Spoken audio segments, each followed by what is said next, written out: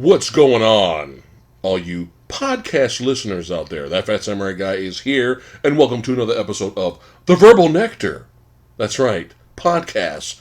The ridiculous name brought to you by ridiculous people on this fun, ridiculous podcast. That's right. And today, we are chilling out, hanging back. I'm drinking, non-sponsored, some 805. That's right, chilling out. Lady Phatblood has already drunk her, what was it, beer with vodka in it. What was it? Strawberry ale with lime vodka. Right. Yeah. I've had enough. It wasn't that bad. No. Are you a little loosey-goosey? I've gotten over it already. But Okay. It's just, I've had enough because my face got hot. I've got about a 2 inches worth. You can finish that during the podcast. Come on. It's just I don't like the face flush. That's the only problem. I don't like getting hot out of it. Well, we're not filming. I know, but I don't like getting hot. I'm just saying. Well, that's why I married you. Nice. Oh, points for me. Hey-oh. Nice. Today, we are talking about some of our favorite films of 2019. We're doing a little top 10 list style. Kind of bootleggy style here because Lady Phatblood has her reasons and I have mine. But it is a top 10 list. But before we get to that, and she'll give her reasons, we have a few honorable mentions. Now keep in mind, 5 gajillion bazillion movies come out every year. And we did not have time to see everything. And there were some that we really wanted to see. Yes, I really wanted to see Ford versus Ferrari, and there were a lot of films out there I did want to see. Martin Scorsese. If you have to put a gun to my head, and I had to choose really quickly to my favorite director, it probably would be Martin Scorsese. And I just did not have any time to watch the 4-hour The Irishman. Mm-hmm. I know I'm fired. I will get to that and watch that film eventually, but. We're busy. We just really didn't have a lot of time to see a lot of these films. But from what we did get a chance to check out, we're going to talk about those in today's podcast. But we do have some honorable mentions. First up, we have. I'm going to talk about it first. I didn't write it down, but I'll mention it. Alita, Battle Angel, is my honorable mention. It was very entertaining.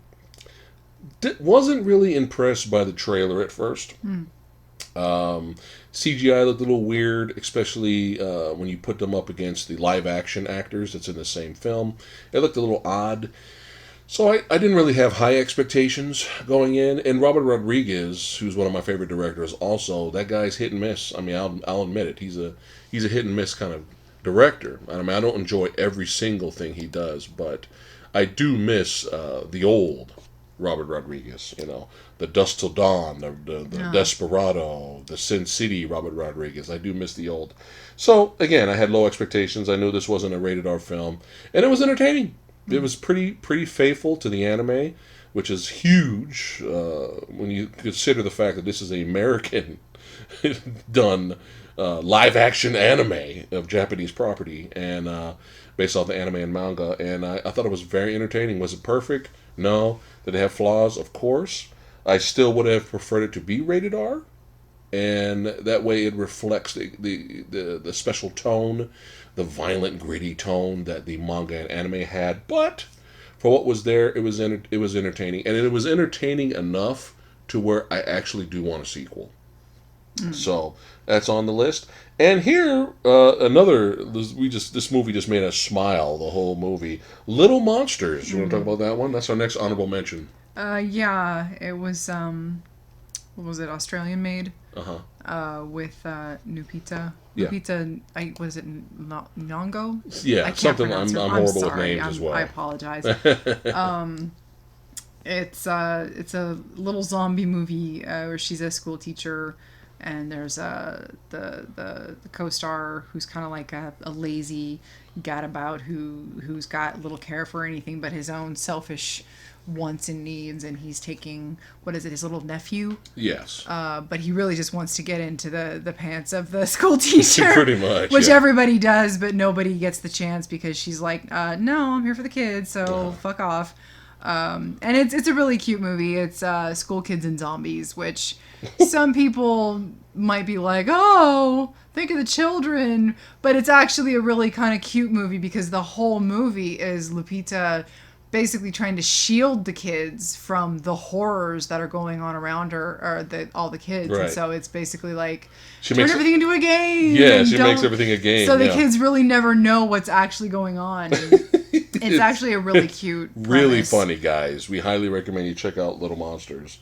And then one of the surprises was, I saw the trailer. I was like, it kind of looks like it might be fun. I didn't really like the suit that much, and I had really low expectations. I didn't even bother seeing it in theater.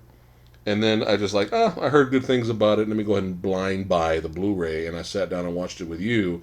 And man, were we pleasantly surprised with Shazam. Embarrassingly surprised. Embarrassed. It was, because you know what? I think we like Shazam more than anyone else. Well, you know what it was for me personally? Because I've said this a lot. I am not big on family-oriented, heartwarming movies. Right. When it comes to movies, you're fine with it, but that's just not your genre. It's like if it's done, like if it's not like hammered in, I'm okay with it. But sometimes if it's just overly gushy, I'm just like, I just don't. It's just not for me. Right. It's not for me. That's what it is. And this movie was tiptoeing that line because it was about family. It was very, very family centric. Right.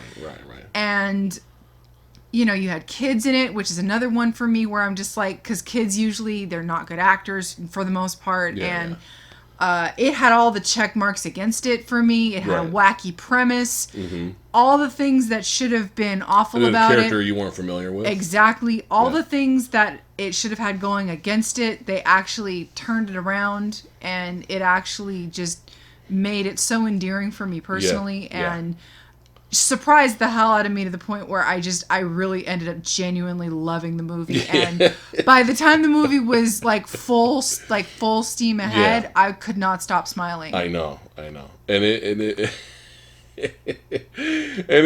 there's actually some legit, I mean, you got your cheesy moments and not all the comedy hits, but when the comedy hits, it's damn hilarious. Mm-hmm. It's really funny. And Shazam is a perfect example of don't judge a book by its cover.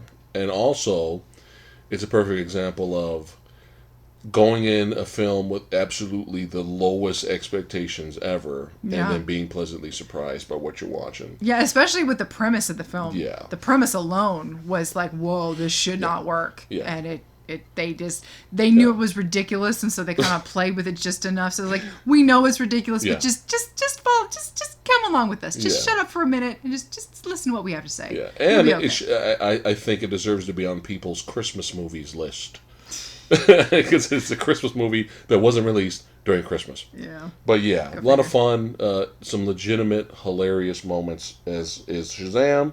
Hopefully, we get a sequel with that as well. And now, back to our female characters written correctly. Haunt? I'll get to Haunt. Okay, we're going honorable mentions. Doesn't matter. Okay.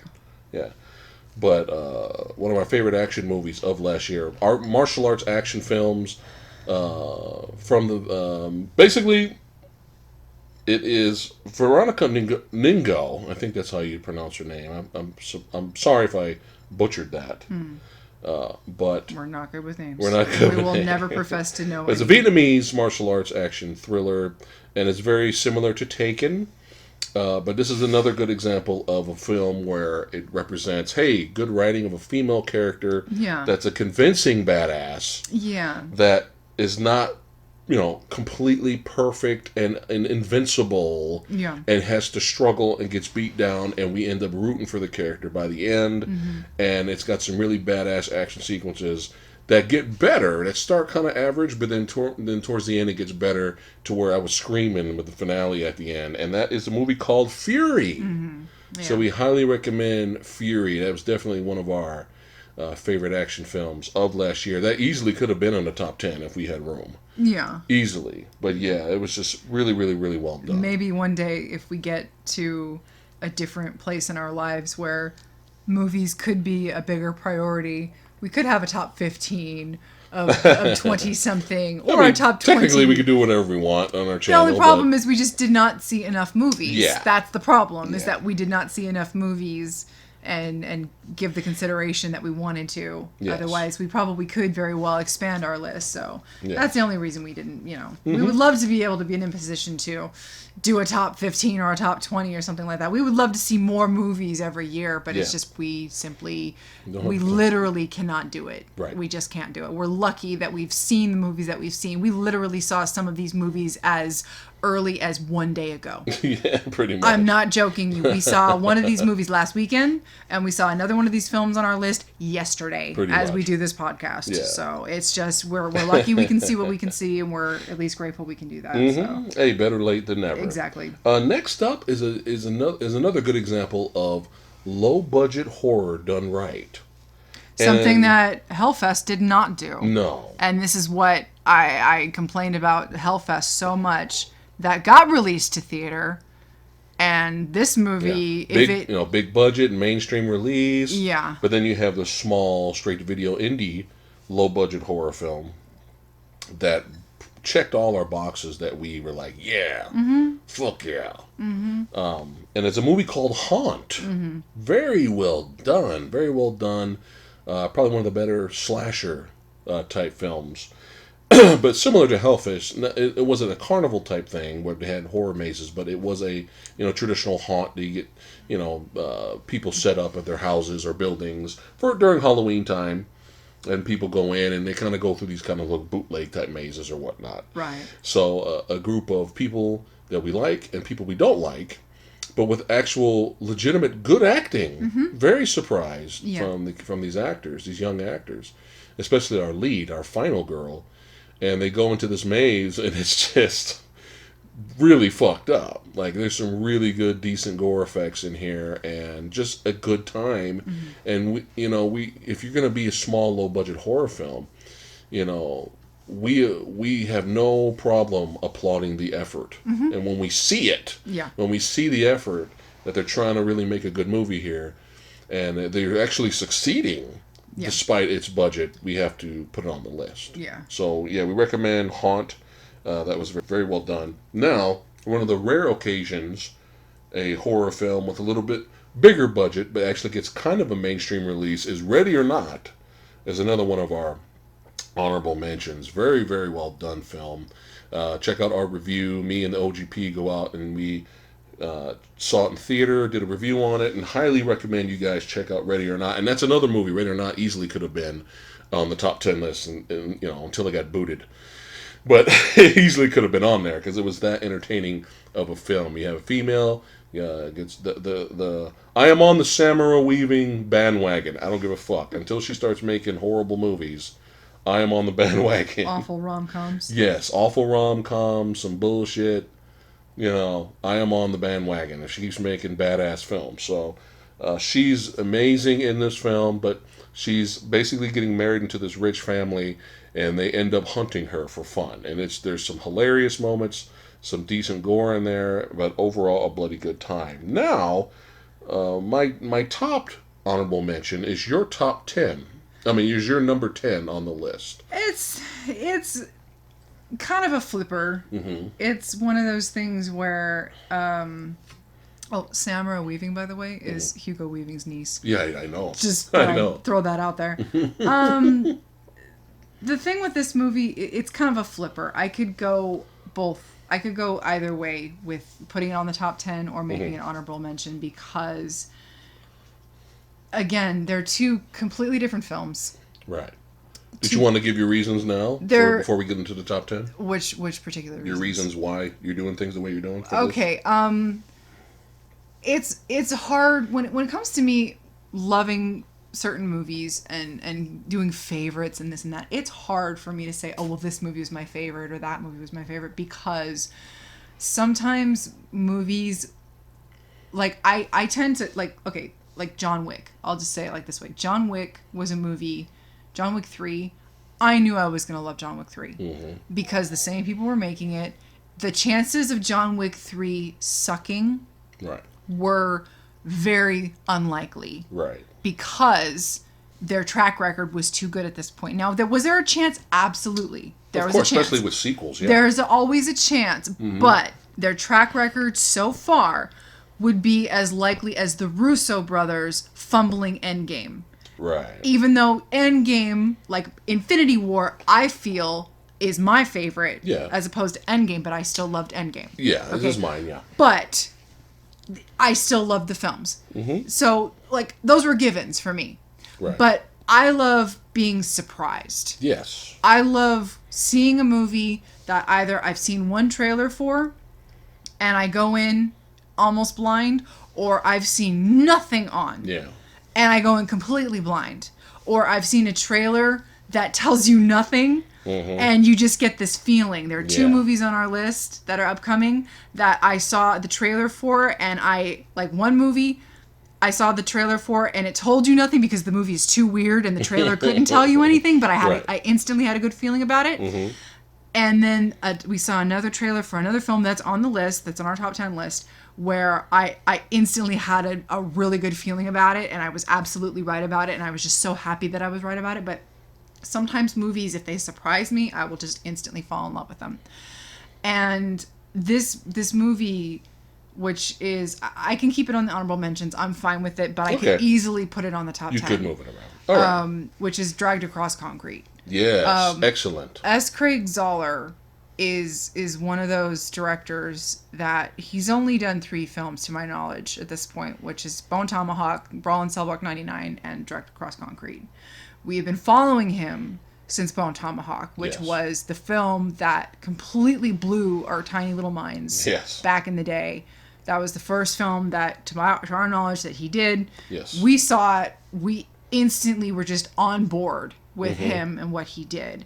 You saw Brawl before I did. Right. Then you watched it on your own. And I was fine. I enjoyed it for what it was. There were a couple of things that I was little iffy on, but overall, I still enjoyed it. Dragged Across Concrete, it's not for everybody. No. It's one of those films where if I ever recommend it to somebody, I have to go in with this huge addendum going like, listen, I'm going to recommend it to you if, and only if, you can accept a heavy dialogue, heavy character-driven, heavy story-driven, very slow. There are going to be moments in this movie where you're going to get a 15-minute block of following one character where their only purpose in the film is to show you the tragedy and pointlessness of human life, and then you're never going to see that person again.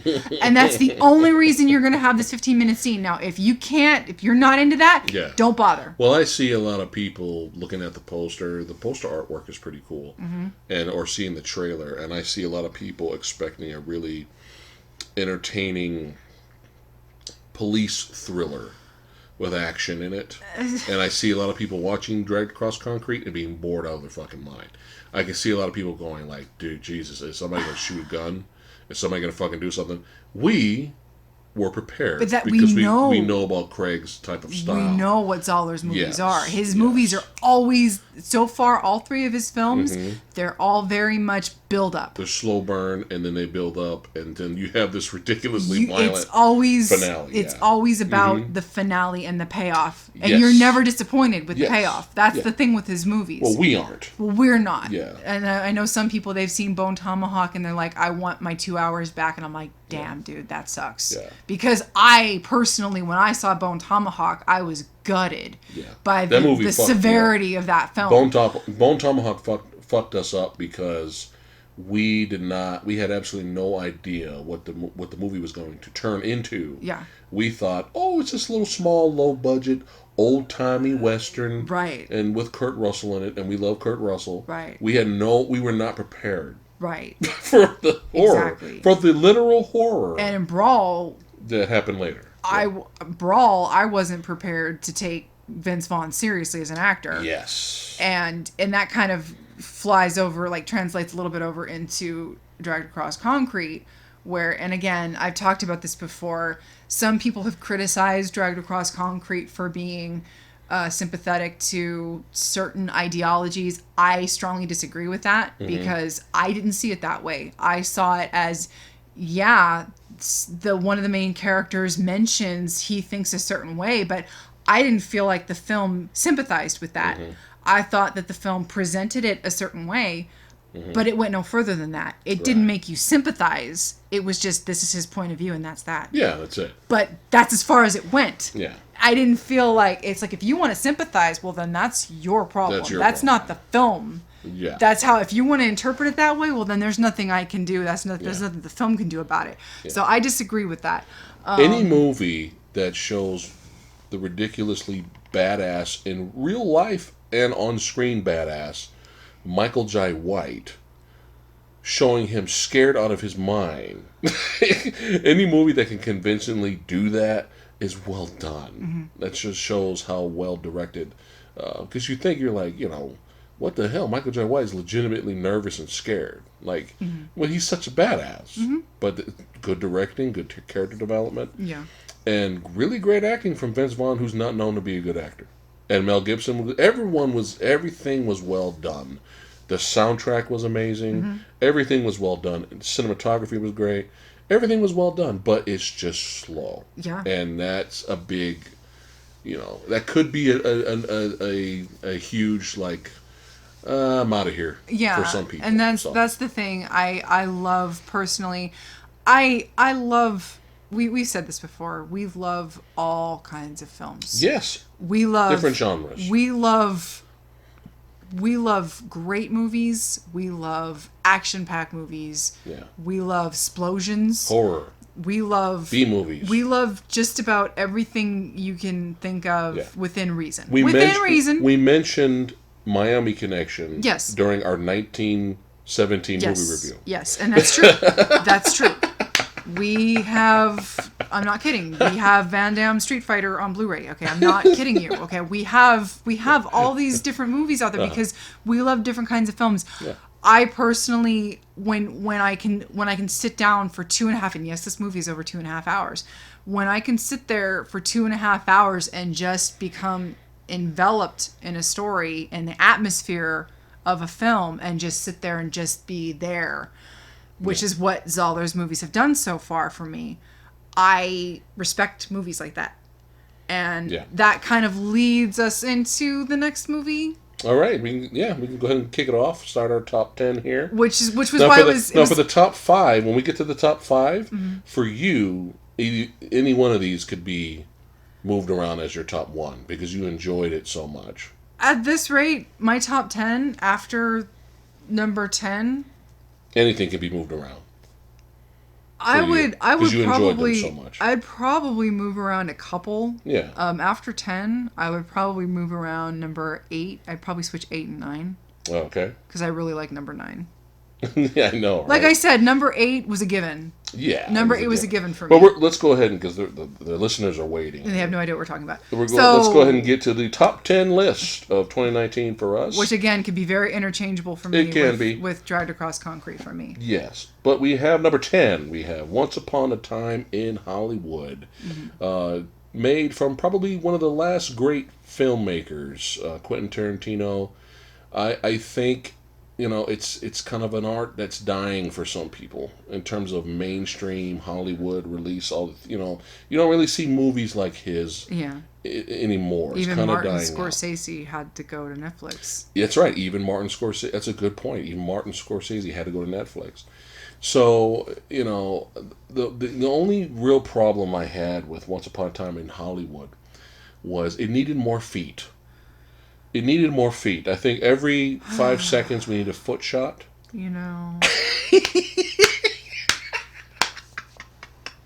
I really. I have a theory. I have a theory on all the feet. Yeah. But go ahead and rant. Feet rant. I personally. I have a theory though. I've never, ever since I was little, I've never liked feet. I am the anti-Tarantino of feet. I hate feet. I think when you see feet up close, like when back in the day when we had cable, and you'd see those foot fungus commercials where they'd like get up and close up to the toenails and shit. It's like, fuck off with that. Get the fuck away from me. I don't want to see any of that shit. I don't like feet. I don't like looking at feet. They're gross. I don't want to see them. I don't want to know I have them. You don't want to know you have them? And ever since I saw, and you know what's funny? That one shot, and I know he didn't even fucking direct it. Fucking Dusk Till Dawn. He didn't even direct the fucking movie. And yet he managed to convince fucking Robert Rodriguez to get that fucking shot of Juliette Lewis's fucking foot. Or whatever her fucking name is. That's her name, right? Was it Juliette Lewis? Was that her name? Yeah. Yeah. Fucking up close and personal of her fucking foot. Well, not just that. The Salma Hayek foot scene. That was up in his fucking mouth. Yeah. So he probably requested that as So, well. and he didn't even direct that fucking movie. He's like up in Robert Rodriguez's ear like, hey, I got this great idea for a scene. And Rodriguez is like, are you fucking high, man? He's like, no, it's going to be great. Everyone's going to think it's hot. And it's like, but we've already got her up there, Salma Hayek, one of the hottest women in the world, with a snake wrapped around her. By the way, still hot. We got her up there with a snake wrapped around her. Yeah, but she's gonna have her foot in my mouth. Okay. It's part of the show. And it's like, and this movie, he knows that this is like his second to the last movie. Yeah. And so at this point, this next movie, I know what his next movie is gonna be. Foot. It's going to be nothing but feet. That's the name of the movie. It's just going to be foot. Foot by the foot. And it's going to be nothing but just feet everywhere. The feet are going to be talking. Yeah. They're going to be the characters. It's just going to be feet. You're going to have subtitles. Everywhere. Feet are going to have little gun holsters. They're going to be shooting each other. I don't remember any... I mean, I wasn't looking for the feet. But I don't remember any feet shots in Inglourious Bastards. I don't remember any feet shots in Hateful Eight. I'm sure the motherfucker worked them in somehow. We just weren't paying attention. So anyway, my theory on the feet is... That's the rest of the video, guys. Sorry, we're just going to talk about feet for the next 4 hours. My theory on the feet in this one, I think, at this point, I think it's a joke. I think he's parodying himself because everyone knows he likes feet. That's why there's so much.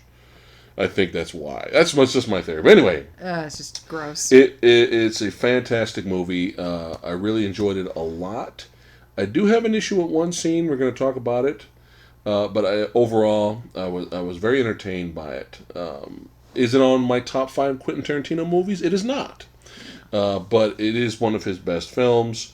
And it definitely deserves to be on the list from last year. But it's an end of an era type movie, man. The 60s are dying out. And, it shows the ridiculous amount of detail that Quentin shows and has in his films. I mean, just that one scene of Brad Pitt driving down Sunset Boulevard, and you see the detail all the way of the buildings, the magazines of showing the 60s era, the music, the costumes. I mean, it was just he's always been top notch, and it was interesting because you have a parallel story where you have two actors' careers basically dying to the point where Brad Pitt and Leonardo DiCaprio, have to basically make Italian westerns to survive at this point. Yeah. So you have their careers kind of dying, and you have Sharon Tate's career just starting, played by Margot Robbie, and she has fun with the role as well. But that was an interesting parallel. But my favorite part of the film actually is obviously your favorite part of the movie is the finale. The finale where he just makes the Manson family look like buffoons, like complete idiots, and they have this just ridiculously satisfying, violent as all fuck deaths. And I just, to the point where Leonardo DiCaprio used the same fucking flamethrower that he used in his earlier films when he was killing Nazis. Yeah. It was so over the top but fun, and it was kind of a bittersweet type of ending because it was such a sweet ending that the character of Sharon Tate did not die. Right. But it's still a little bitter as well because we know the truth. Yeah, it was definitely a fairy tale what if yes type of story. Yeah. Because obviously you've got you've got fictional characters alongside of real characters in this whole film, and Sharon Tate and her friends. If you know the real story, you obviously know what actually happened was horrifying. And what happened to the Manson family was nothing. Right. Absolutely nothing happened to them. They got jailed, and that was it. Yeah. They weren't horribly, brutally murdered in a comical fashion, and probably what they deserved and all that. But I know there's controversy with that scene, and people think it's a slap in the face to reality, but I think that, you know, I have no issue with these characters made fun of. And that was the point of it. Yeah. It's almost... Because the thing is when you keep it to reality, you're basically making them... You're kind of affirming them. Not idolizing them. You're like reaffirming their power. It's almost like the Hitler. It's almost like what you do with... It's almost like what Mel Brooks did time and time again with Hitler. Yeah. And like Springtime for Hitler in Germany with the producers. Yeah. He was basically... robbing Hitler of all of his mystique and his power. There it is. That's what I was looking for. All of that. And he's taking their power away by making them look like buffoons. Right. And getting what they deserve. And I have no problem with that. So overall, fantastic movie. Leo... Great actor. Again, and I'm not the biggest Brad Pitt nor am I a Leonardo DiCaprio fan. Yeah. I started to warm up to Leonardo DiCaprio in The Revenant. Yes. I was fine with him in Inception. Yeah. I was okay with him in Django.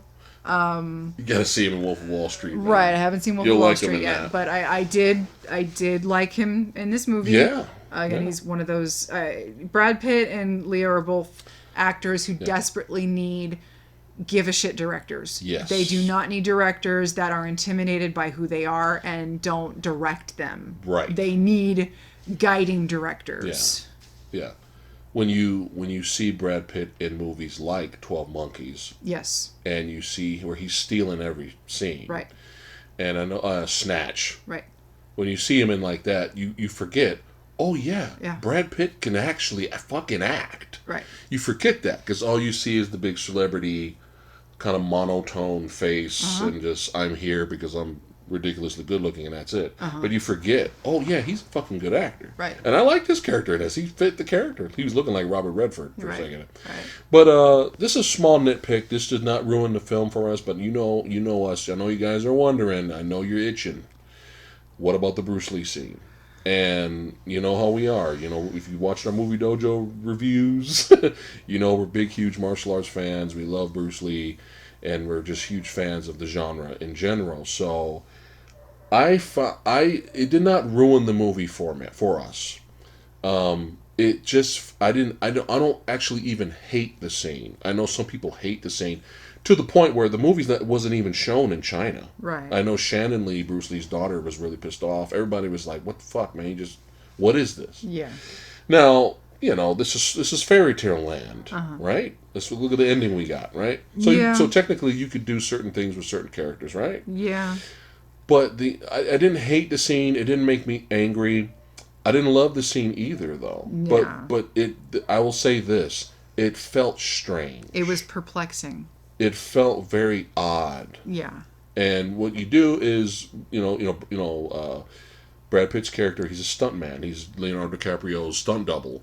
And so he's trying to get work and whatnot at the lot. And so he's sitting around with the other stuntmen. And you have the guy who does a really good Bruce Lee impression. I don't know his name, the actor. He shows up. And it was making me laugh a little bit because he did Bruce Lee very well.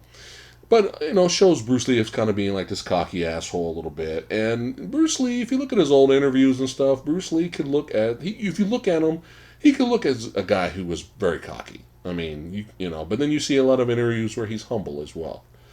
But I can kind of see that part of it. Mm-hmm. But they took a shot at Bruce Lee. Like, this was not like, okay, we're kind of having goofy fun with the character. Like, they took a literal shot at the character to where Brad Pitt is basically calling the Bruce Lee character out, saying, well, you just sound like a guy that just talks tough, and you wouldn't know what to do in a real fight if it ever happened to you, basically. Like, Muhammad Ali would wipe the floor with you. You just sound like one of these guys that are big talkers, but you've never been in a real fight before. Right. That's a shot.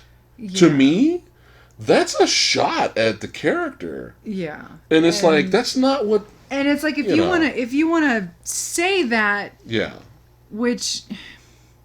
It's kind of like you want to... Oh, the actor, not shot at the character. But you know what I mean. Well, both. But it's like, if you want to say that... And then not... really, I don't know, because it's like, well, why would you say that? Because that was a shot. It's like, especially for Quentin Tarantino, who will preach to the highest depths ever that he's the hugest martial arts movie fan ever. That's what the whole Kill Bill movies were all about. They were an ode, an homage to martial arts. Look, in Kill Bill, the first one, he had the Green Hornet theme song play. He had Uma Thurman wear the Bruce Lee Game of Death outfit. Yeah. But now you're having a movie where they're taking little shots at him. Like, that was a little strange. Yeah. That was a little weird. Unless over time his admiration for Bruce Lee dropped, and maybe he heard some stories about behind the scenes of Hollywood where Bruce Lee was an asshole and treated people like shit, which I never really heard that from other people. This is the only thing I've heard. And I think if they went with this take on it, it would have been a lot more better. I think it would have came out better for the film. And Bruce Lee on set, I mean, he trained a lot of the Hollywood stars. Everybody knows this. He trained Steve McQueen, James Coburn, all that stuff, right? Well, on set, he ran into judo master / stuntman legend Gene LaBelle. Okay? Mm-hmm. Gene LaBelle is legit. Gene LaBelle, you don't want to fuck with Gene LaBelle. Okay? He's legit. When you look at Gene LaBelle, he does not look intimidating at all. But he will fuck you up. Okay? So the story I heard was they were kind of testing each other out, right? Mm-hmm. And then Gene LaBelle finally got a hold of him and put Bruce Lee in a submission, right? But after that, and that's perfect, that's totally possible. Mm. But after that, I heard, even from Gene LaBelle himself, that he has the utmost highest respect for Bruce Lee. And this is real interviews I've seen from Gene LaBelle. Mm-hmm. And they have reached a mutual respect between each other. Bruce Lee was teaching him how to strike. Gene LaBelle was teaching him judo and submissions. This is all real. Like, this is all fact. And how much interesting that would have been in the movie. You could still show the cocky Bruce Lee character, right? And you could still have Brad Pitt kind of rough him up and fuck him up a little bit. But then at the end, there should have been some kind of mutual respect between the two. So that way you're not completely spitting on the character. because Brad Pitt fucked him up, and then he never really got his... Yeah, it ended because they it got interrupted. The fight got interrupted, but still Bruce Lee at the end was still kind of seen as, he didn't kick my ass. I don't know what you're talking about. Yeah. So it's still, in a way, kind of... It was very strange. Yeah. It did not ruin the movie, but it was just odd. It was just odd because there was literal shots at the character. So that's what we thought about the film, or that scene. So, but overall, excellent, very well made movie. Anything else before we go to number 9? No. All right. Number 9. Man, talk about a movie that was making us smile from beginning to end. And this is what I would switch up. Yeah, we could switch. Well, too late. I already said number 9. It's too late. That's all right. It doesn't matter at this point. That doesn't matter. All right. Just really made us smile. Probably one of the best, legitimately real, touching underdog stories that we've seen in a long time. Dolomite Is My Name. That's right. Yeah. And directed by Craig Brewer, who directed Black Snake Moan and Hustle and Flow. And this is obviously Eddie Murphy's best work in years. Yeah. I mean, this is the R-rated movie. He hasn't done an R-rated movie in like 5 billion years. It was like 20 years. 20 years. Oh my God. That's what I read. Yeah. 20 years. Yeah. That's insane. Yeah. And Wesley Snipes, one of his best roles in forever. Like, Wesley Snipes was stealing certain scenes. Yeah. So it's semi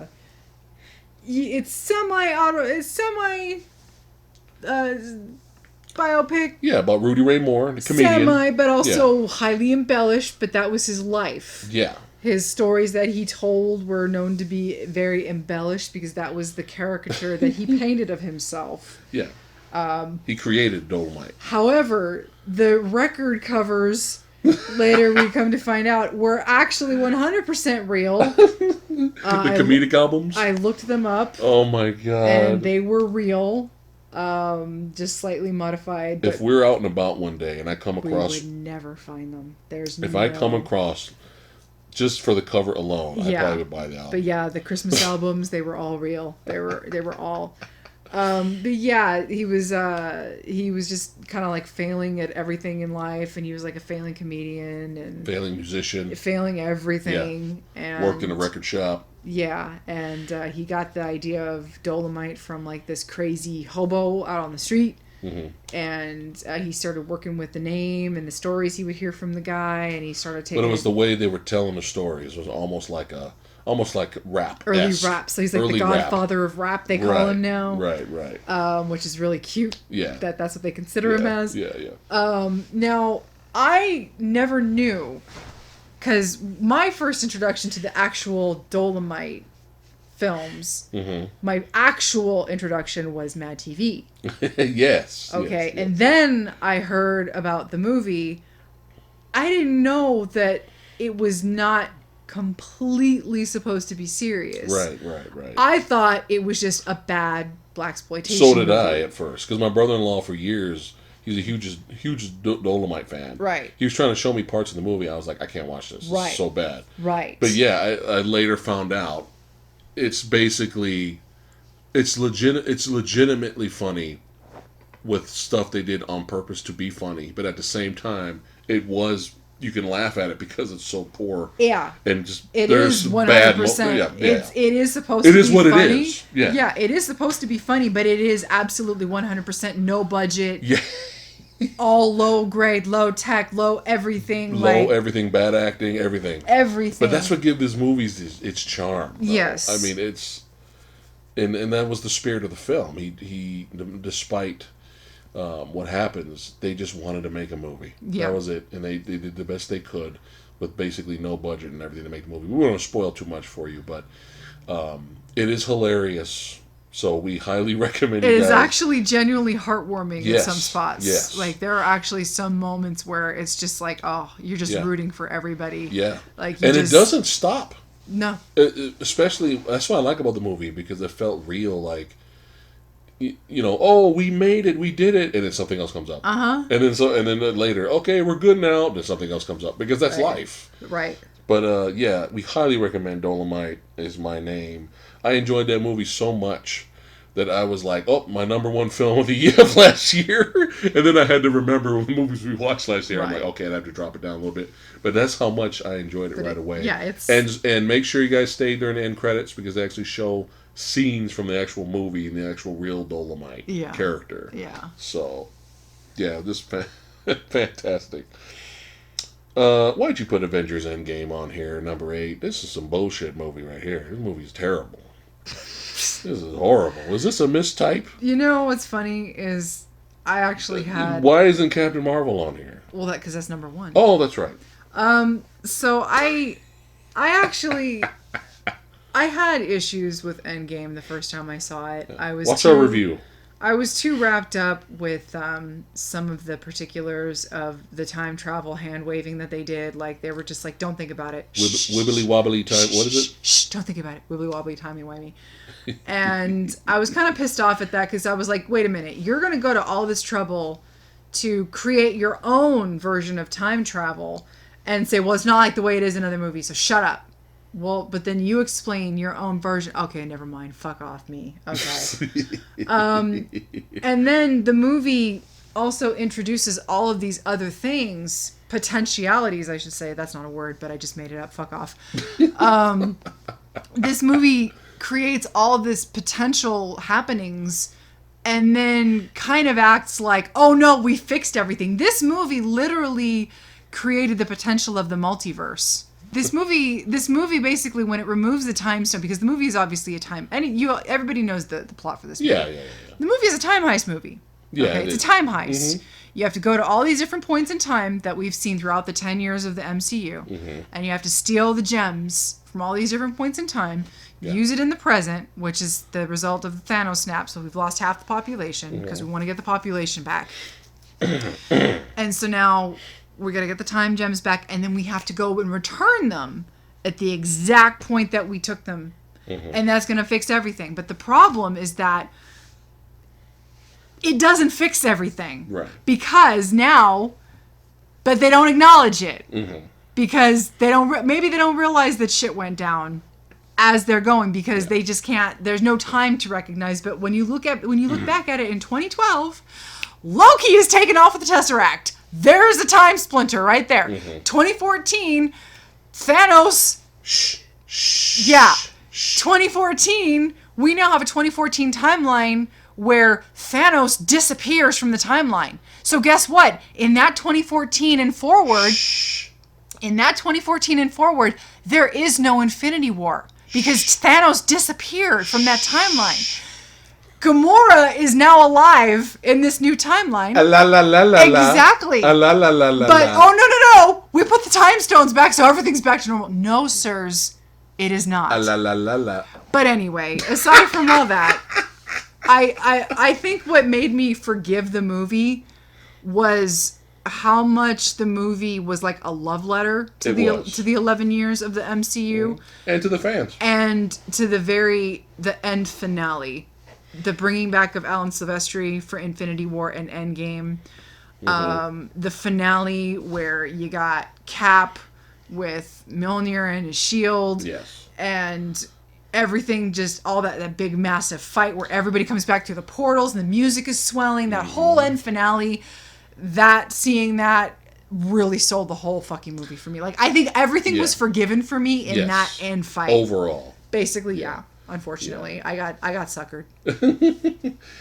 Hey, as long as the movie entertains us, that's what's important at the end of the day. And again, it gave us the feels. Because we were emotionally attached because we've been with the MCU since 2008. Yeah. So we put in our time. Yeah. And I think they did a really good job of ending this saga and rewarding the fans and creating new fans of Black Widow and just, new fans of Hawkeye. There's new fans of Hawkeye now. And it just was, a lot of people were sad because of Iron Man's death, and there was emotional weight. It still felt important, even though we do like Infinity War better. But it was definitely a great ending to the saga, despite its flaws. It's not perfect. It was a respectful. It was. They were in like the whole finale to the end credit sequence where you see all the characters make their final appearance in the credits with the signatures and the music. Again, you go back to the music and the themes, and I can't stress how important to somebody like me music and themes are in situations like this, where it makes a difference. It really does. Your brain, you don't always know it, but when it's there, you recognize it. And something like that solidifies the fact that this is an ending, and we're giving this to you as a finality. And I appreciate an effort like that, where we're like, we recognize this is the end of an era, because now we're going on to phase 4, which is going to be completely different. This is now in the past. We are going on to a different era now, and this is it, even though technically Far From Home was the end cap. The officially end cap of this, but this was the end of the era. Yes, it was. And to have that respectful ending lineup for everybody. And it was an event. It was epic. It felt epic, and it ended epic. And that's all we really wanted. Yes. Because if you think about it, everything as a whole should not have worked. And a lot of these movies, so there's some Marvel movies better than others. That could be another podcast we can do. Talk about each film. But overall, there was a quality there, and there was a consistency of entertainment. And Avengers Endgame was the end game, and it was very, very epic and entertaining. And I was so pleased and fulfilled with the movie up to the point when got to the finale fight with Cap, Thor, and Iron Man versus Thanos, I thought that was the end of the movie. I thought that was the finale. I was like, this is how we're ending it. Here we go. And I was already happy. Right. Little did I know, after that, we were going to get this ridiculous, amazing fan service finale fight, which was what people came to see. Right. And they did a good job. Number 7. We talked a little bit about it earlier. John Wick 3, yes. directed by Chad Stahelski, director of the Wick trilogy. Yes. Chad's been around a long time. He's done a lot of stunt work. Did Deadpool 2, Atomic Blonde. He's been everywhere. This guy knows what he's doing. And John Wick 3 is another perfect example of sequels that not necessarily... I mean, it's always hard to beat the first film. Right. Right?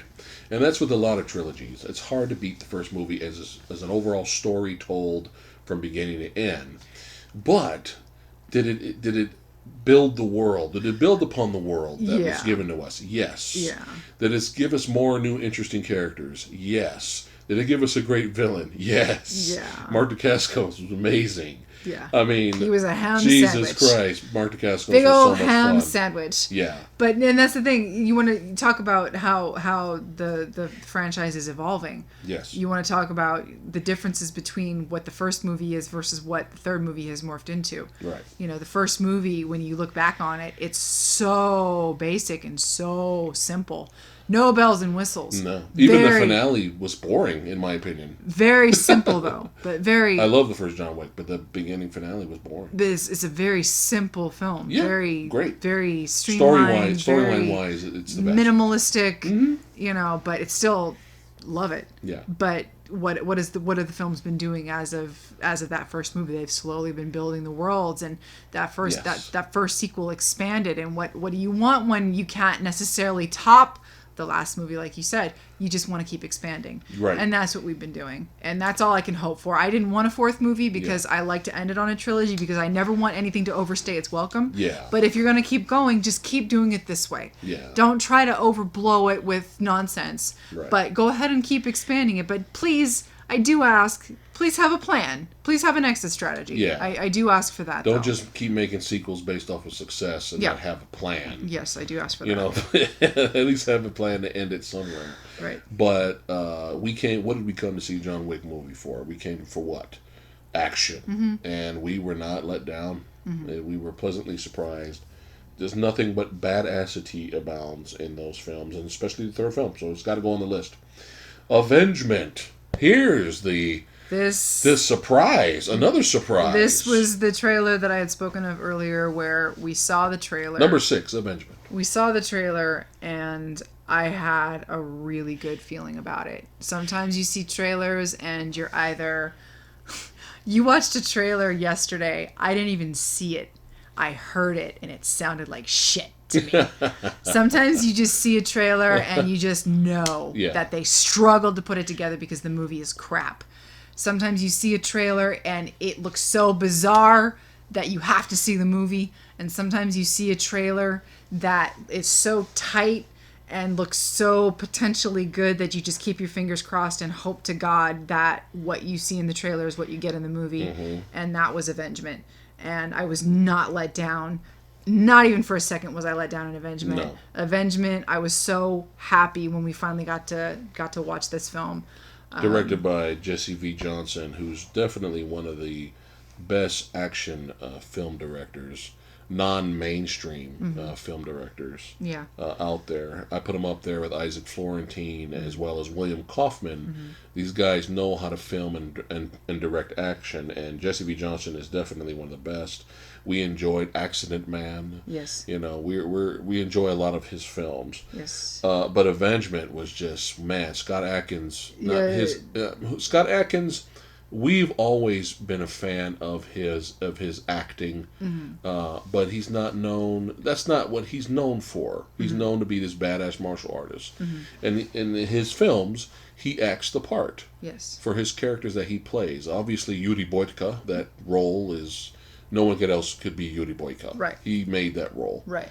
But it was nice to see him play something a little bit different. A movie where it shows him as this, completely transforming into another human being. Transform into a fucking animal. Yes. And when he goes out for revenge, it's so satisfying. It's really satisfying.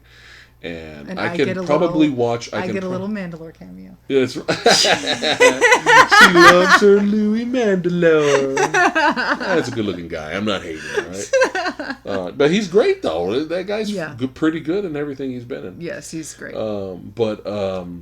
Yeah. The movie they made together. Yeah. Oh, fuck. Shit. That's the name of the movie. Fucking shit. Yeah. Oh, fuck. Wow. I got a brain fart. We suck. Sorry. And they're making a sequel, too. They're making a sequel to it, yeah. Even though they kind of, yeah.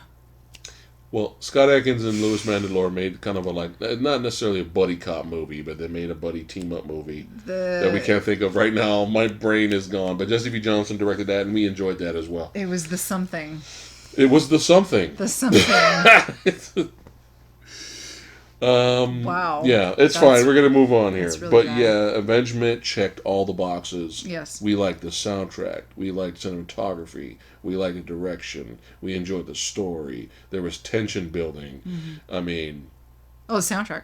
Yeah, I thought I said that. Oh, did you? I'm sorry. I'm sorry. But, and of course, the badass fight choreography that these guys always... top notch. It's brutal. Brutal, satisfying, and I probably can watch Avenged Minh every day. It's one of those, Avenged Minh's on, and sit down and watch it. Yeah. You know? Yeah. Highly recommend Avenged Minh. Number 5, Jojo Rabbit, directed by one of our favorite directors. Yeah. Taika Waititi. Yes. This was... Okay, so this was a trailer. When I saw it, I was kind of... We didn't know what it was. I was kind of like, oh no. Taika, what are you doing with blue contacts dressed as Adolf Hitler? What are you doing? I'm like... Yeah, we didn't really know. Buddy, what are you doing? Okay. So it turns out I haven't read into like the book or anything like that. There was a book. It was based off of a book, apparently. Oh, okay. But it was... it's one of those movies where you kind of just go into it and you have to immediately accept that there is a level of absurdity. If you cannot accept that, because this is actually one part very real world situation. Yes. Because basically it is a little bit of Anne Frank. There's a little bit of Anne Frankism in this. There's this little boy who is an absolute Nazi worshiper. Yeah. He's this little boy. He worships the Nazi regime. Mm-hmm. He has an imaginary friend in Adolf Hitler. Right. His played mother... by Waititi. Yes, his mother, played by Scarlett Johansson, is actually a Jewish sympathizer. You don't immediately know that, but you have your suspicions. The boy does not know this. Right. He thinks his father went off to fight, but I think what happens is the father went off and he died or something like that trying to help. I think he died helping the Jews. I'm not sure. Or I don't know if he's stuck on the French line. I don't know exactly what happened to the dad, but he's not in the picture. They had a daughter. The daughter's dead. I'm not sure what happened to the daughter. Right. But I know she's dead. Mm-hmm. Now, through bits and pieces of the movie, you do find out that, again, Scarlett Johansson is a sympathizer, and she is hiding a Jewish girl in a little attic space in the house. Yeah. And the whole movie is just showing the farce of the Nazi regime. Right. You see different characters just showing how ridiculous they are. You've got Rebel Wilson.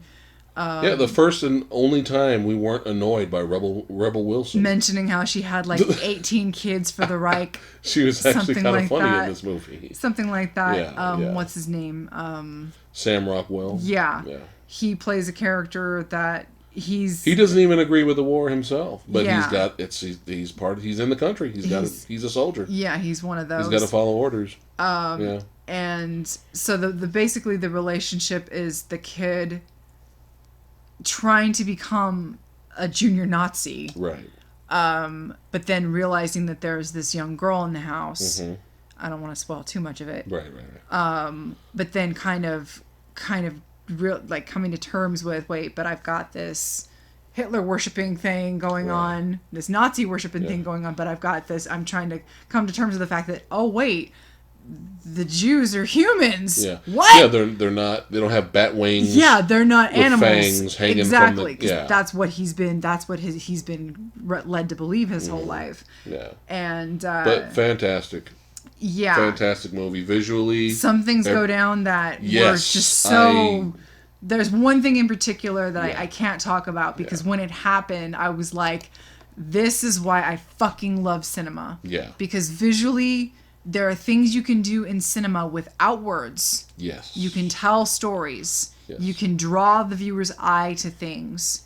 And you can make the viewer pay attention to something subconsciously. Yeah. Even if you're wondering, why is the camera making me look at this? Right. And then 30 minutes, 40 minutes later, it clicks. Yeah. Oh my God, that's why I was being forced to look at that this whole time. Mm-hmm. And then without words, you're sitting there almost crying because you're like, oh my God, that's why. Yeah. So. Yeah, I was sitting there and I think I turned to you and I was like, damn, I didn't think the movie was going to go this way. Yeah. But overall, very, very good film. And very entertaining. Taika Waititi so far has not made a bad movie in our opinion. I haven't. I don't think I've seen all of his movies so far, but I've been so entertained between What We Do in the Shadows, you know. Yeah. And Thor Ragnarok. He did a fucking episode of The Mandalorian, and I heard rumors that they want him for a Star Wars film, and I'm like, they need him. Fuck yes. That's all I can say. They need him. Please, that would be awesome. But. Not to get off track, we highly recommend Jojo Rabbit. It's hilarious, but at the same time, you're gonna get the feels. It's poignant. Yeah. It's got a bit of a message there too. Yeah. We highly recommend you guys. It's bizarre though. Don't even get me wrong. You have to realize that there is levels of absurdity in this movie.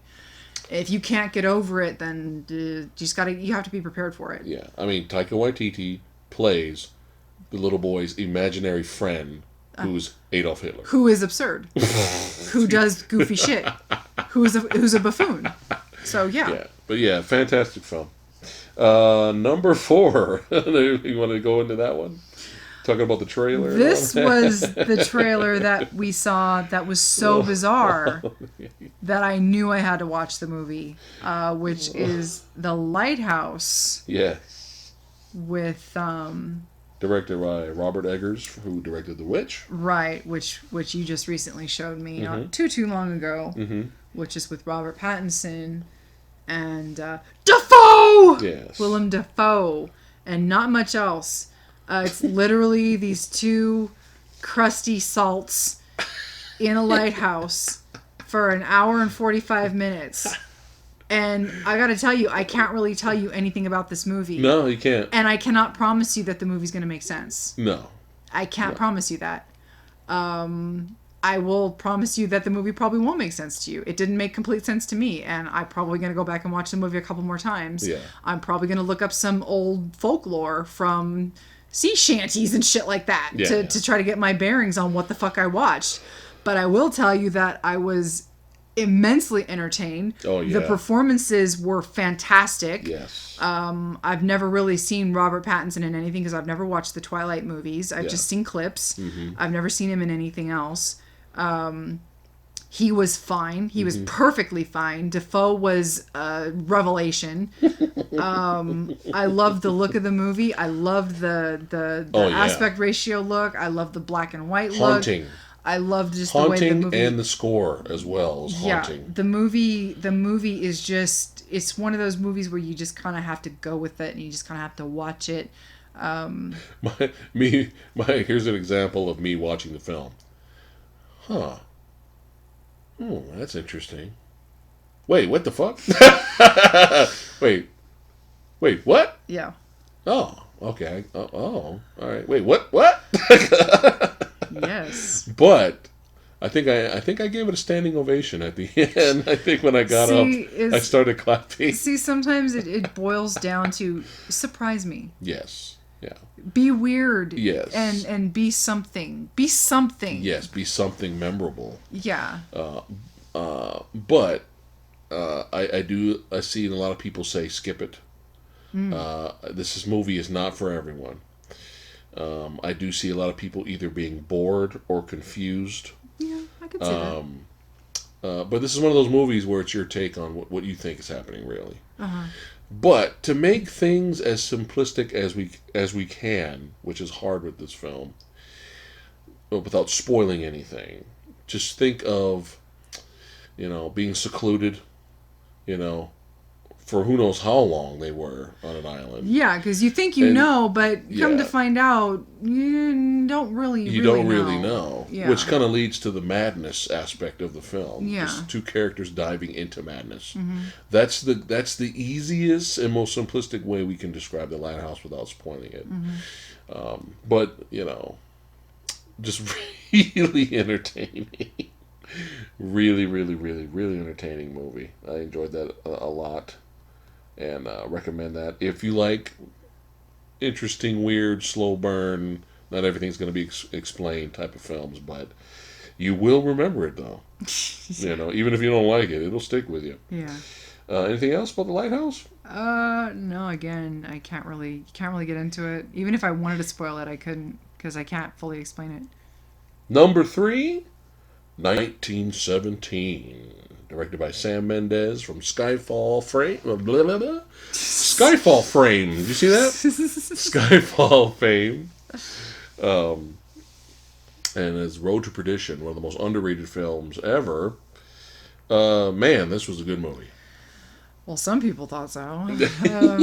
Some people apparently thought it was boring and overrated, and things were done better in other movies, which, okie doke. The soundtrack was pretentious. Yeah. But I'm going to ignore all that, because all I can do is disagree and move on with my life. Yeah, we can agree to disagree. Again, I know we did a non-spoiler review, so I don't really want to spoil it. No, we'll keep it the same. It was just, again, everything was well done. Everything we said in our non-spoiler review that we did in our video earlier. Yeah. I just got to kind of reiterate here. I loved the cinematography. Yeah, there were a couple of moments where if characters moved off camera, suddenly they were just gone, and they very well should have still been around to hear certain things happening, but they were just magically gone. I didn't care about that. Yeah. I did not care about that. Right. There were just some things that happened in the movie where I was just so enveloped with what was going on. I loved it too much. Mm-hmm. I heard one person complain about this movie's passage of time, and that he complained that the whole film was supposed to be filmed in one shot, but then the movie had the gall to fade to black. And I'm like, that was because the character was shot unconscious. Yes. And that's why it faded to black. Yeah. Did you want to hang out with the unconscious soldier for 8 hours until he woke up? It was to show the passage of time through his perspective, is because he was unconscious. Yeah. I don't know why you would complain about something that made complete movie sense, but okie doke. Yeah.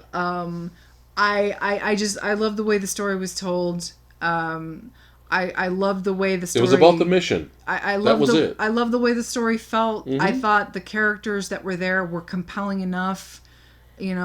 Some people don't like not a lot of character development. I thought that what was there was perfectly suitable. Mm-hmm. I thought it was enough. Yeah. So I enjoyed the film. Music was great. Cinematography was great. I loved the soundtrack. Being filmed as one take at points was really well done. The finale was great. There was an emotional punch to the film for us, and we just were we didn't know what we were going to get, and we were pleasantly surprised again by this film. So, anything else? No. Just don't expect Saving Private Ryan type of action, because it's not that type of film. Not everything can be. It's Saving more Private Ryan. stealth-based, mission-based movie. God, not everything can be Saving Private Ryan. I know. All right. Number 2, we just recently watched and was blown away by it. Literally just watched this. Parasite. Yes. Korean film directed by Bong Joon-ho, and I apologize for fucking up that name. Director of one of our favorite, probably of all time, one of our favorite creature features, sci-fi type movies, monster flicks, called The Host. Yes. Don't get it mixed up with that bullshit. No. Romantic Twilight alien movie. Not the American Host. Yes. This is the Korean The Host. This is the Korean film. And then, if you guys can watch that, please don't watch it in English. No. Watch it in its native language with subtitles. But it's one of the best. There's some dark comedy moments in The Host, but yeah. In terms of monster creature designs were fantastic, and just a fucking great movie. Just so good. One of those movies where it has an emotional punch where you wouldn't expect it to in some moments. Yes. Especially towards the end. Yes. You just would not think a movie like that would have the emotional weight that it does. And he's the director of the very underrated, in our opinion, Snowpiercer. Now, if you're going into Snowpiercer again, expecting an action film, you're probably going to be disappointed. Right. But something about Snowpiercer felt really original. It felt very different, and highly enjoyed that. And there's a TV show. There's a series now of Snowpiercer, and your girl Jennifer Connelly's in it. Well, however you say her name. Connelly. Yeah, she's in that. So I don't know if that's any good. Yeah. Hopefully it's cool. Hopefully it might bring more interest to the film. People will be like, "Oh, what's this? Oh, there was a movie." But it was very well done. Yeah. I enjoyed Snowpiercer. But here we have Parasite. And I saw posters of it, and I'm just like, okay, it looks like there's just a family. I did not see any trailers. We did not see any reviews.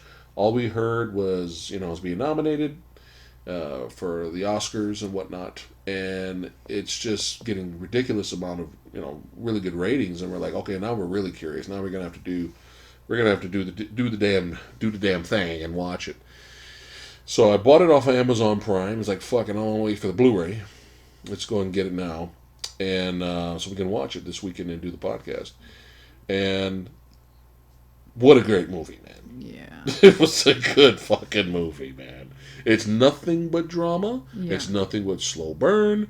There is some suspense building here and there. You will emotionally be hit at some point. Some parts of the film. There are some damn hilarious moments in it, but we're not going to spoil it. All I can say... everything was just... It was directed well. The acting was well. Everything was just fantastic with this movie. It started out kind of funny. Yeah. Because you can't... Let's see. I'll try not to spoil it. You kind of have like this kind of poor family. Yeah, they're poor family. They're parents can't find work. You want to kind of say that they're kind of, on the one hand you want to say, well, they're low class and they're trashy, but on the other hand you want to say, well, they're just trying to survive. You're going to say it both ways because of the way they behave and what they end up doing to survive. You're literally going to say it both ways. So you're going to have sympathy, but you're also going to be like, but what they're doing.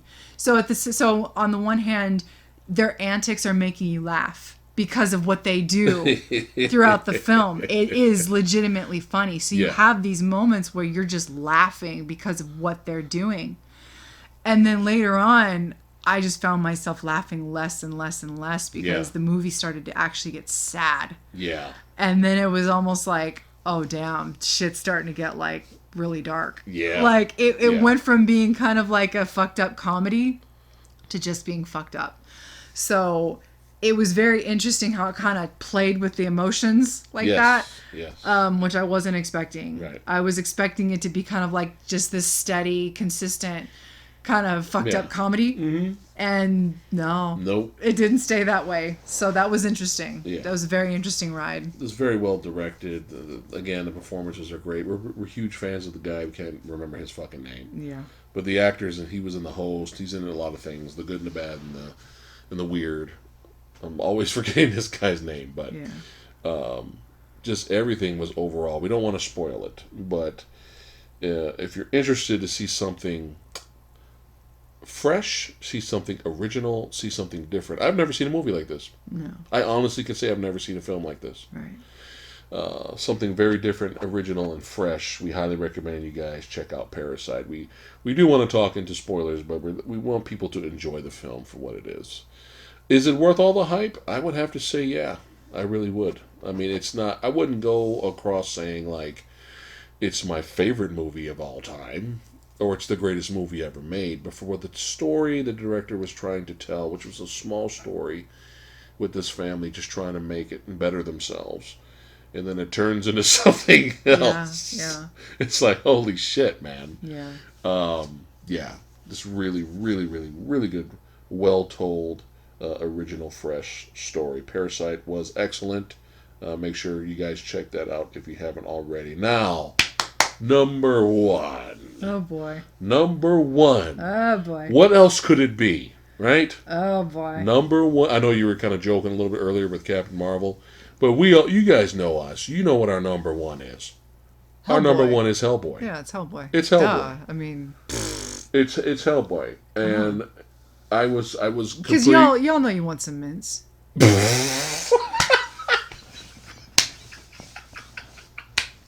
I was trying to let it last a little longer. The joke. I'm sorry. Well, you kind of made me. I ruined it.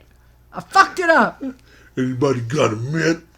Yeah, Hellboy was garbage. Unlike Joker, directed by Todd Phillips. Well, some people would say you're wrong on that. Yeah, they can go fuck themselves. Joker. Oh, man. Directed by Todd Phillips. Yeah, I think that made sense.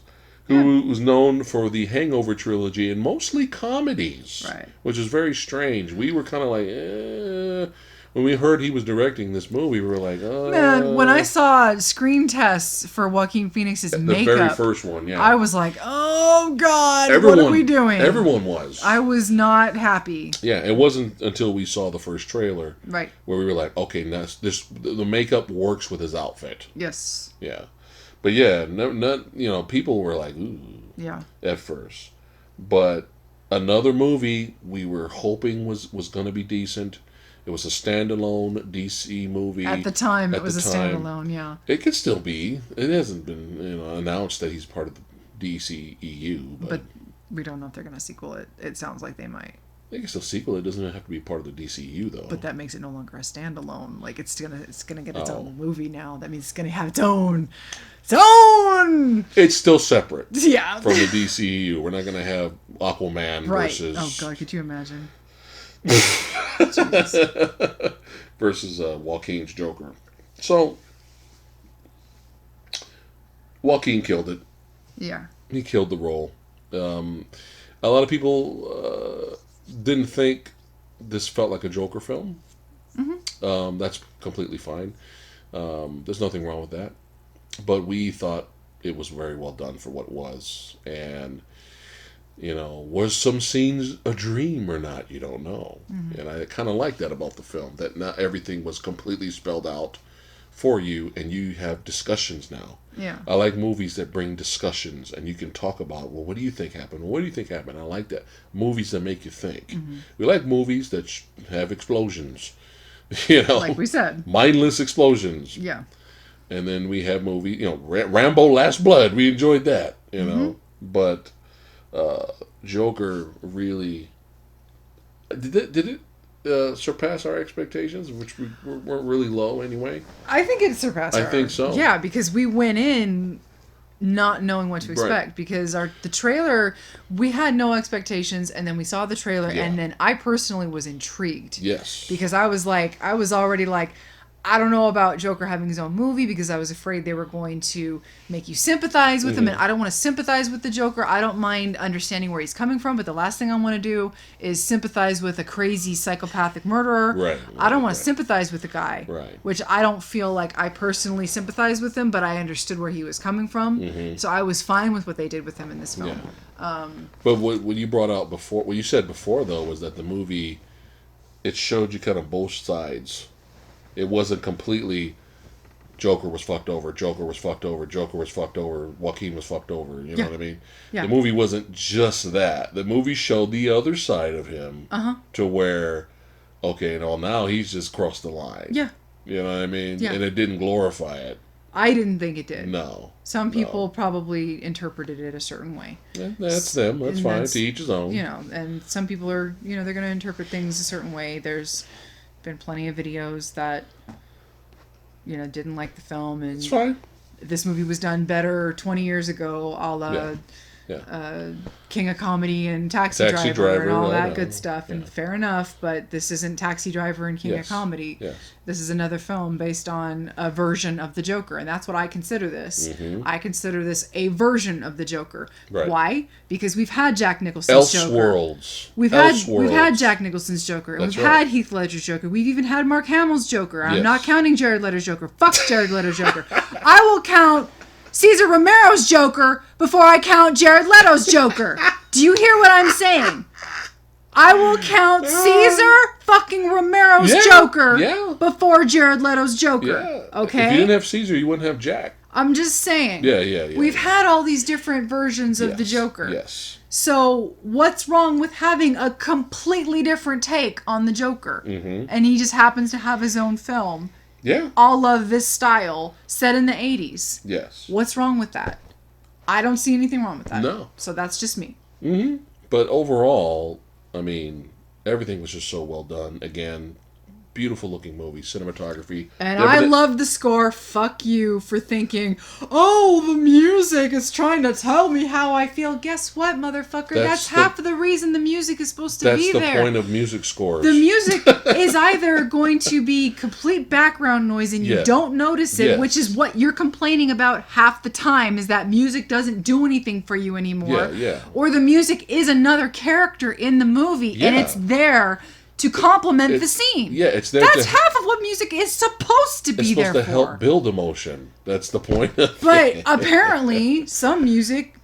Oh, you're trying to tell me to be sad. Well, it's not telling you to be sad. It's telling... It's going along with the fucking scene. And I never thought the music in the film Joker was telling you to be sad. No. I never felt that way. I thought the music was going along with the scene. You know what I thought? That was a really good soundtrack.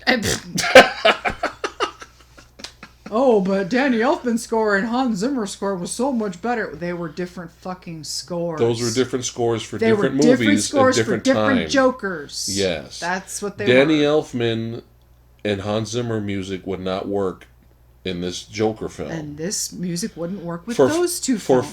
For fun, somebody made a video on YouTube, and it was the really badass fight sequence, the warehouse fight from BVS, and somebody just for fun threw in the Danny Elfman score from Batman. No. It was fun. It was fun. Yeah. It was fun to watch, but it did not fit. Was it like Justice League? Well, no, because it was from Batman. It was from Batman in a Batman scene, which is Batman because it's the warehouse fight. Yeah. So it wasn't as bad as Justice League. Yeah. But Justice League score. But it was fun. It was like, oh well, that's cute. But it still didn't fit. Yeah. Yeah. So, yeah, whatever. Anyway, beautiful looking movie. Definitely had that 70s look to it in a way. 80s. Excuse me, 80s look, sorry. Yeah. But soundtrack was great. The performances were great. And I don't know, man. I was perfectly fine with them ending it, but if we bring in new villains and see what more Joaquin can do with the Joker, I'm not totally against it either. As long as it's good. Now here's the question though. Now that you're a little bit okay with Robert Pattinson now as an actor, hopefully he does well as Batman, right? Here's the thing. If the first Batman movie he does is really good, we're like, holy shit, this is awesome. And we do have an opportunity to bring Joaquin's Joker into his next movie, Batman's next movie. Are you okay with that? I'm not going to really be against it if it happens, but it's nice to have When Joker is the Pattinson movie taking place? That I don't know. That's going to be the problem. Yeah. Because we've already established that Joaquin's is in the early 80s. And you have little young Bruce Wayne who's a little itty bitty. Who's a kid. Right. So unless this movie's taking place in like the early 90s, but I think we've established that this Batman, he's not going to be super young, but he's not going to be super old. Right, he's going to be like 30. So Joker will just be 20 years older than him. But I'm just thinking, it's like this Pattinson, I mean, like I said, I used to have a lot of ill will towards Pattinson because I hated what he represented from Twilight, because I hated what Twilight represented. Right. That was not fair to Robert Pattinson. Right. Okay? Right. Because Pattinson, at the end of the day, is an actor who does what he's told. Yeah. And what you come to find out later on in life is that Pattinson didn't like Twilight either. Yeah. Okay? Mm-hmm. And that's why, after Twilight, he pulled the Daniel Radcliffe, and he started taking all this crazy roles to do other shit to pull away from Twilight. Right. And that was one of the reasons he did The Lighthouse, was because he wanted to take a crazy ass fucking role, and that's what he did. Right. So, having said that, I'm still not sold on him being Batman, only because facially, it's a little weird. It just depends on how the cowl looks. But it's a little weird. But I also had the same problem with Ben Affleck as Batman. Right. And I adored him in BVS. And BVS only. Only in BVS, because he was directed to be better than what he was in Justice League. Yes. And not Tony Stark. He was directed to be Tony Stark in Justice League. That's how I saw it.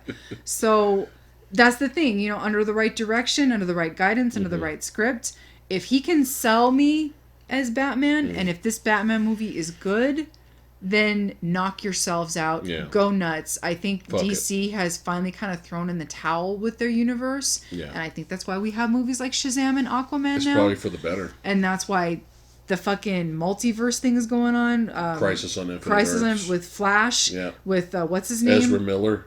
Meeting up with the TV Flash, which was cool. fucking adorable. That was kind of fun. If you want to I think DC finally needs to just go nuts and stop taking themselves so seriously. Yeah. Throw in the towel. They've already kind of, I think they knew they kind of fucked up with Justice League. Right. I think they know at this point. Yeah. So go nuts. Yeah. Just do what you need to do to get yourself back on track. Mm-hmm.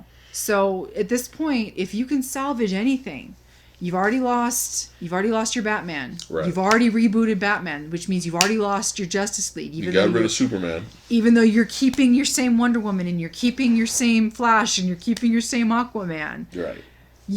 But you're getting a new Superman and a new Batman. At least you're getting a new Batman at this point. Yeah. So at this point, do what you can to survive. Keep yourself afloat. Yeah. And if that means I'm all for more DC standalone films, man. I think that would be great. A lot of people, the mainstream audience might be confused with, well, wait a minute, what is this movie? Like, what? Because they're so used to things being connected now. I know, but Joker made over $1 billion. I know. And that wasn't connected to anything.